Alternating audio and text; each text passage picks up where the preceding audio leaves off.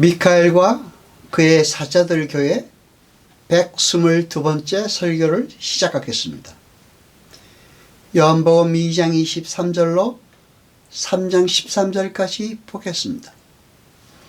6월절에 예수께서 예루살렘에 계시니 많은 사람이 그 행하시는 표적을 보고 그 이름을 믿었으나 예수는 그 몸을 저희에게 의탁지 아니하셨으니 이는 친히 모든 사람을 아심이요 더 친히 사람의 속에 있는 것을 아심으로 사람에 대하여 아무의 증거도 받으실 필요가 없음이니라. 바리새인 중에 니고데모라 하는 사람이 있으니 유대인의 관원이라. 그가 밤에 예수께 와서 가라사대 라삐아, 우리가 당신은 하나님께로 오신 선생인 줄 아나이다. 하나님이 함께 하시지 아니하시면 당신이 행하시는 이 표적을 아무라도 할 수 없음이니이다. 예수께서 대답하여 가라사대 진실로 진실로 내게 이르노니 사람이 거듭나지 아니하면 하나님 나라를 볼 수 없느니라. 니고데모가 가로되 사람이 늙으면 어떻게 날 수 있겠삼나이까? 두 번째 못에 들어갔다 날 수 있겠삼나이까? 예수께서 대답하시되 진실로 진실로 내게 이르노니 사람이 물과 성령으로 나지 아니하면 하나님 나라에 들어갈 수 없느니라. 육으로 난 것은 육이요 성령으로 난 것은 영이니 내가 내게 거듭나야 하겠다는 말을 기이 여기지 말라. 바람이 임의로 불매 네가 그 소리를 들어도 어디서 오며 어디로 가는지 알지 못하나니 성령으로 난 사람들은 다 이러하니라. 니고데모가 대답하여 가로되 어찌 이러한 일이 있을 수 있나이까? 예수께서 가라사대 너는 이스라엘의 선생으로서 이러한 일을 알지 못하느냐? 진실로 진실로 내게 이르노니 우리 아는 것을 말하고 본 것을 증거하노라. 그러나 너희가 우리의 증거를 받지 아니하는도다. 내가 땅의 일을 말하여도 너희가 믿지 아니하거늘 하물며 하늘 일을 말하면 어떻게 믿겠느냐? 하늘에서 내려온 자 곧 인자 외에는 하늘에 올라간 자가 없느니라. 아멘. 여러분, 성경은 원래 장과 절이 나누어져 있지 않습니다. 그래서 어떤 경우에는 장과 절을 구분하지 않고 연결하여야 그 의미가 확실한 경우도 있습니다.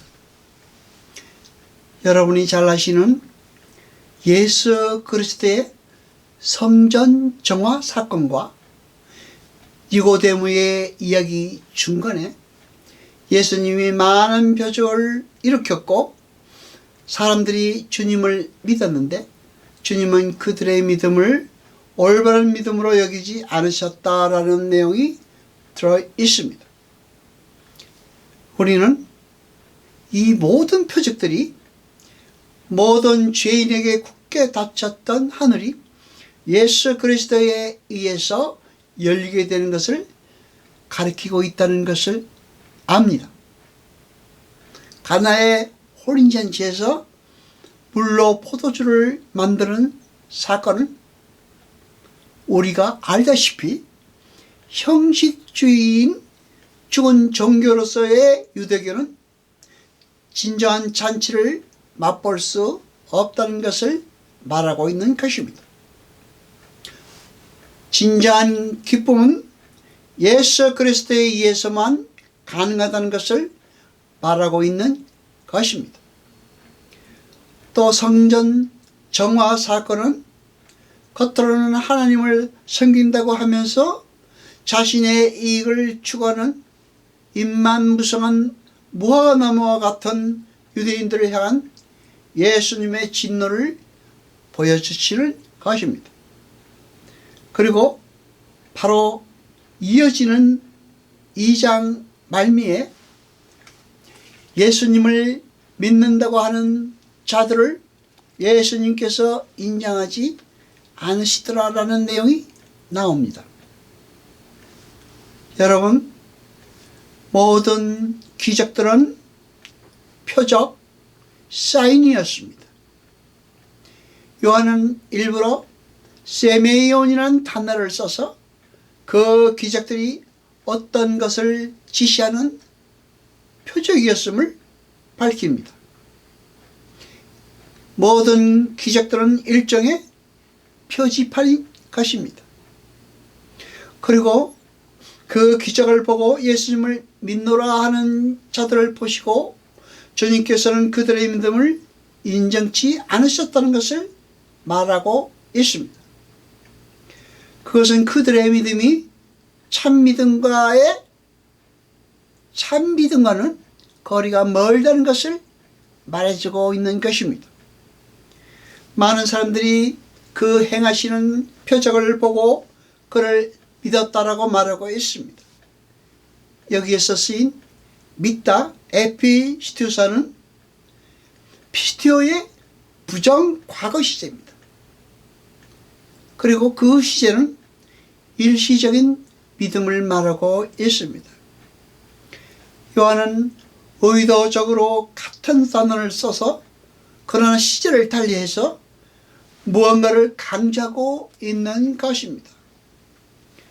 예수님을 믿겠다고 쫓아온 사람들은 일시적으로 충동적으로 예수를 쫓은 것이지 절대 예수님을 믿는 자들이 아니라는 것을 강조하고 있는 것입니다. 34절에서 주님께서 친히 모든 사람을 아신다라고 쓴 구절이 나옵니다.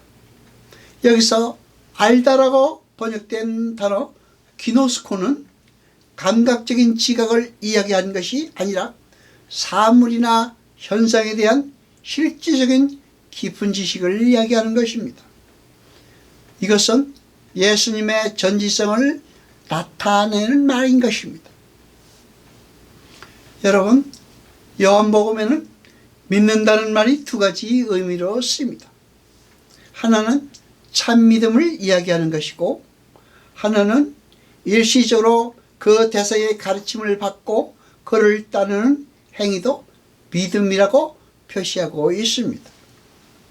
고대 사람들은 믿는다는 말을 쓸 때 누구의 가르침을 받고 따른다는 의미로도 썼기 때문에 우리가 혼동하고 있는 것입니다.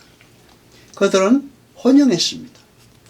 예를 들면 제자들이 가나의 혼인잔치에서 예수님의 일으키신 표적을 보고 그를 믿었다라고 기록하고 있습니다. 그런데 요한복음 2장 22절을 보면 제자들은 예수님이 부활하신 후에야 예수님을 믿었다라고 나옵니다. 예수님의 제자들은 예수님이 십자가를 지시기 전에 주는 그리스도요 살아계신 하나님의 아들이라고 수없이 믿음을 고백하였습니다. 그러나 십자가 앞에서 모두 도망쳤습니다. 성령에 의해 거듭나지 않고는 절대 주님을 믿을 수가 없는 것입니다. 주님은 인간을 지으시고 인간의 과거와 현재와 미래와 그 생각까지도 아십니다. 우리는 어떻습니까? 우리는 우리 자신에 대해서도 잘 모르는 것입니다. 지금 예수를 잘 믿고 있다고 생각할지 모르지만 실상은 아닐 수도 있습니다. 반면에 자기 자신에게 실망하고 계신 분들도 잘못 생각하고 계실 수도 있습니다. 요한복음은 지금 예수님이 인정치 않는 믿음을 가진 사람에 대한 이야기를 하고 있는 것입니다. 비어있는 돌 항아리, 잎사귀만 무성한 무화과나무, 자신의 이익을 목적으로 하는 종교행위, 또 표적 보기를 추구하는 타락한 전 인류인 사람에 대해서 이야기하고 있는 것입니다. 이곳 오면은 왜 왔습니까? 표적을 보고 왔습니다. 니고데모는 바리새인이었습니다. 바리새파 사람들은 유대 경건주의 운동인 하시뎀에서 파생된 파당입니다. 그래서 그들은 전심을 다해서 율법을 연구했고 도덕적으로 깨끗한 삶을 생명을 걸고 추구하던 사람들이었습니다. 바리새인들은 목숨을 걸고 자기들의 주장을 굽히지 않았던 사람들이었습니다. 유대인들은 그러한 바리새인들을 존경해 받지 않았습니다. 그리고 바리새인들은 율법을 613제의 조항으로 세분해서 그 율법을 철저하게 지켰던 사람들입니다. 니고데모는 이렇게 흠이 없는 사람이었습니다. 도덕적으로 윤리적으로 깨끗한 삶을 살던 사람이었습니다. 그리고 니고데모는 부자였습니다.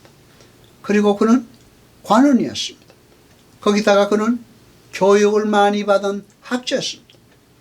니고데모는 우리가 갖고 싶어하는 모든 것을 다 갖춘 사람이었습니다. 부와 명예와 지성과 고매한 인격까지 사람이 갖출 수 있는 모든 것을 갖춘 사람이었습니다.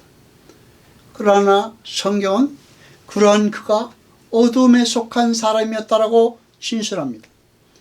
요한복음은 니고데모가 밤에 왔다는 것을 일부러 밝혔습니다.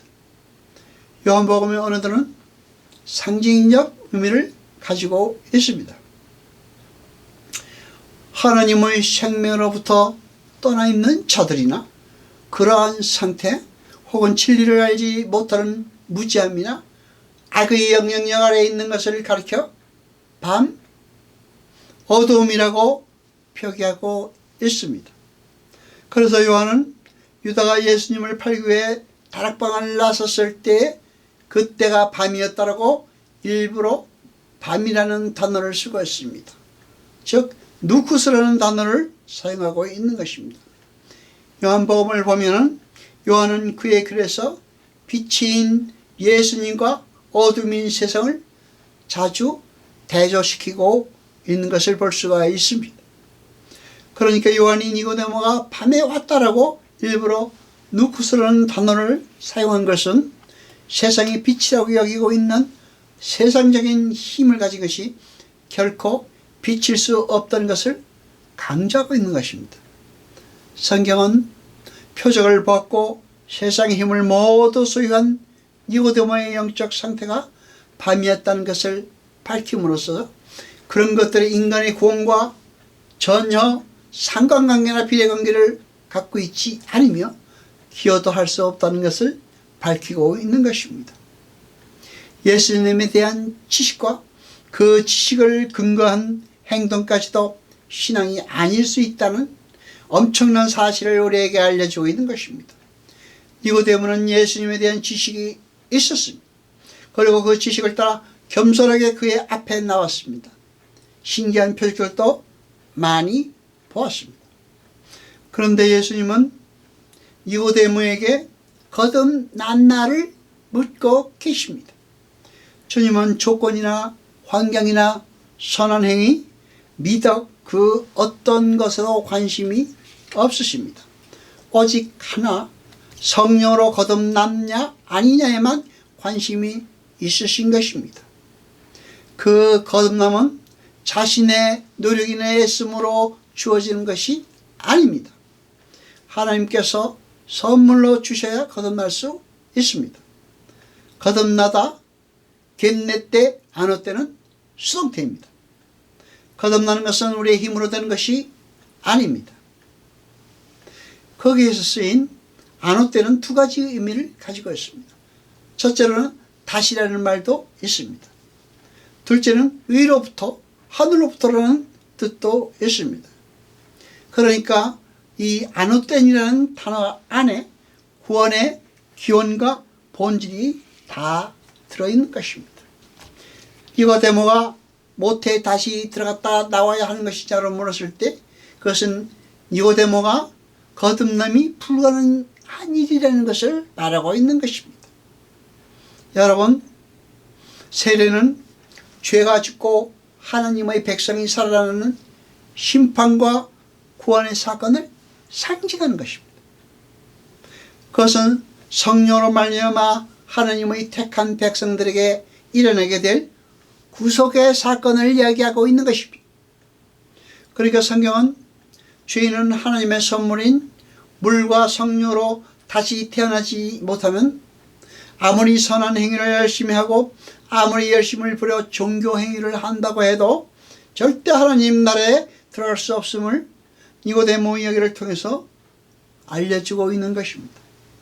하늘의 것들은 물과 성령으로 거듭난 자들에게만 계시로 알려지게 되는 것입니다. 여러분, 우리는 무엇을 자랑하고 있습니까? 거듭나기 전에 니고데모가 자랑했던 그 자랑이십니까? 아니면 모든 두려움이 사라진 거듭난 니고데모이십니까? 기도하시겠습니다. 여호와 아버지 하나님 거룩하시며 세세토록 영광과 찬송 받으소서. 말씀을 들 때 깨닫게 하시고 우리로 진리를 알게 하소서. 이 모든 것 감사드리며 우리 주 예수 그리스도의 이름으로 기도드리옵나이다. 아멘.